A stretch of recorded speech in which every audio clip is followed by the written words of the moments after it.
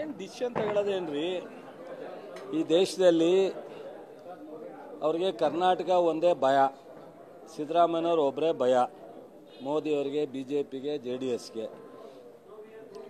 ಈಗ ಕುಮಾರಸ್ವಾಮಿ ಬಗ್ಗೆ, ಜನಾರ್ದನ್ ರೆಡ್ಡಿ ಬಗ್ಗೆ, ಶಶಿಕಲಾ ಬಗ್ಗೆ, ನಿರಾಣಿ ಬಗ್ಗೆ ಒಂದು ತನಿಖಾ ಸಂಸ್ಥೆ ತನಿಖೆ ಮಾಡಿ ಈ ಪ್ರಾಸಿಕ್ಯೂಷನ್ ಕೇಳಿರೋದನ್ನು 6 ಮಂತ್ಸಿಂದ ಪೆಂಡಿಂಗ್ ಇಟ್ಕೊಂಡವ್ರೆ.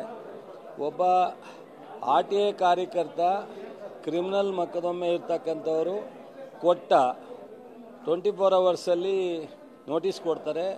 ಕ್ಯಾಬಿನೆಟ್ಟು ಇದನ್ನು ಕಾನೂನುಬದ್ಧವಾಗಿಲ್ಲ, ಇದನ್ನು ವಿಡ್ರಾ ಮಾಡಿ ಅಂತ ಕ್ಯಾಬಿನೆಟ್ ರೆಸಲ್ಯೂಷನ್ ಮಾಡಿ ಕಳಿಸಿದ್ರೆ ಅದನ್ನು ಗಮನಕ್ಕೂ ಇಟ್ಕೊಳ್ಳದಲ್ಲೇ ಪ್ರಾಸಿಕ್ಯೂಷನ್ಗೆ ಅನುಮತಿ ಕೊಡ್ತಾರೆ.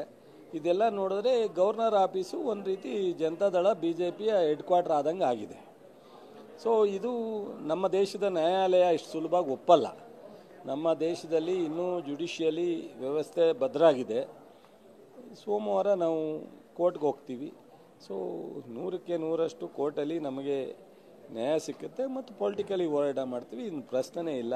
ಅವರ ಗವರ್ನರ್ ಹೇಳಿದ್ದು, BJಪಿಯವ್ರು ಹೇಳಿದ್ದು, JDS ಹೇಳಿದ್ದು ನಾವು ಒಪ್ಪಬೇಕು ಅಂತೇನಿದೆ.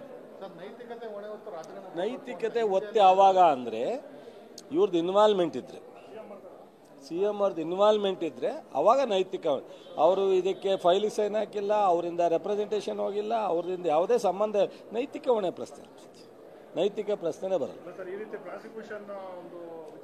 ನೋಡ್ರಿ, ಸುಮ್ಮನೆ ದಾರಿಲಿ ಹೋಗೋರಿಗೆ ಏಯ್ ನೀನು ಯಾಕೆ ಅಂತ ಅಂದ ತಕ್ಷಣಕ್ಕೆ ಅವ್ನು ನೈತಿಕ ಹೊಣೆ ಆಗ್ಬಿಡ್ತಾನೆ. ಅವ್ನು ನೈತಿಕ ಹೊಣೆ ಅಂದರೆ ಏನಾದ್ರು ಇರಬೇಕು, ಅವರಿಗೆ ಅದು ಕನೆಕ್ಟೆಡ್ ಇದ್ದು ಮಾತ್ರ.